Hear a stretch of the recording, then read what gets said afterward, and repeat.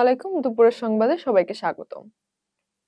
Doctor Mohammad ইউনূসের নেতৃত্বে গঠিত অন্তর্বর্তী সরকারের শপথ ও গঠন প্রক্রিয়া বৈধ ঘোষণা করে হাইকোর্টের রায় বহাল রেখেছে আপিল বিভাগ।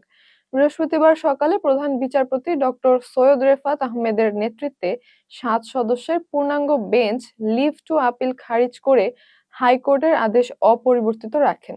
এর আগের দিন শুনানি শেষে আজকের তারিখ ধার্য করা হয়েছিল। রাষ্ট্রপক্ষে অ্যাটর্নি জেনারেল ও অতিরিক্ত অ্যাটর্নি জেনারেল উপস্থিত ছিলেন, আর রিটকারীর পক্ষে শুনানি করেন অ্যাডভোকেট মহসিন রশিদ। আদালত অবমাননা ইস্যুতেও তাকে আগেই ব্যাখ্যা দিতে বলা হয়েছিল। উল্লেখ্য, গত বছরের ডিসেম্বরে অন্তর্বর্তী সরকারের বৈধতা চ্যালেঞ্জ করে রিট দায়ের করা হয়, যা হাইকোর্ট খারিজ করে বলে জনগণের দেওয়া বৈধতা প্রশ্নবিদ্ধ করার সুযোগ নেই। পরবর্তীতে রিটকারীর আপিল আবেদনও সর্বোচ্চ আদালতে টেকে না। আজ বৃহস্পতিবার সকাল ৬টা ১৪ মিনিটে রাজধানী ঢাকা ও আশেপাশের এলাকায় হালকা ভূমিকম্প অনুভূত হয়। বাংলাদেশ আবহাওয়া অধিদপ্তর জানায়, ভূমিকম্পটির মাত্রা ছিল ৪.১।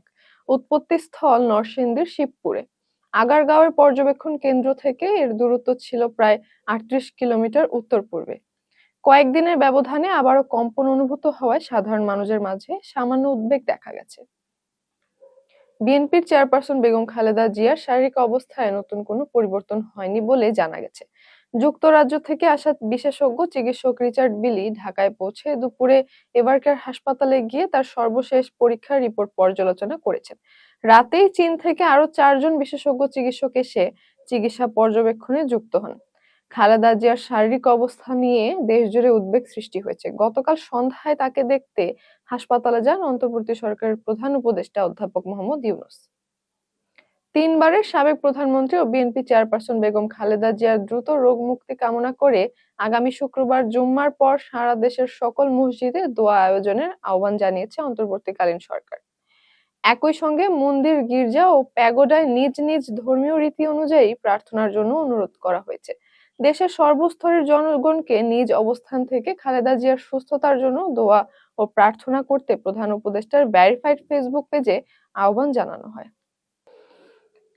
জুলাই গণঅভ্যুত্থানে ছাত্র নেতৃত্ব থেকে অন্তর্বর্তী সরকারের উপদেষ্টা পদে থাকা মাহফুজ আলম ও আসিফ মাহমুদ সজীব ভুঁইয়াকে নিয়ে আবারও আলোচনা তীব্র হয়েছে। গত 13 নভেম্বর এনসিপির নির্বাহী পরিষদের 30-32 জন নেতার সঙ্গে এক উপদেষ্টার বাসায় বৈঠক হয়, আর গত বুধবারও কয়েকটি দলের নেতাদের সঙ্গে অনানুষ্ঠানিক বৈঠক অনুষ্ঠিত হয়েছে। প্রধান উপদেষ্টার পক্ষ থেকে সেপ্টেম্বরেই তাদের পদত্যাগের অনুরোধ জানানো হলেও তারা নির্বাচনী তফসিল পর্যন্ত দায়িত্ব পালনের কথা জানান। বৈঠক সূত্র বলছে, বিএনপির সঙ্গে জোট না হলেও ছাত্র উপদেষ্টারা এনসিপিতে যোগ দিতে রাজি নন।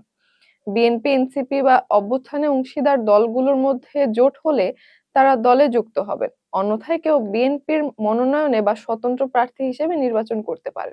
তবে বিএনপি সূত্র জানায়, স্বতন্ত্র প্রার্থী হলে তাকে সমর্থন দেওয়া হবে না, বরং সরাসরি বিএনপিতে যোগ দেওয়ার পরামর্শ দেওয়া হয়েছে। এতক্ষণ সাথে থাকার জন্য ধন্যবাদ।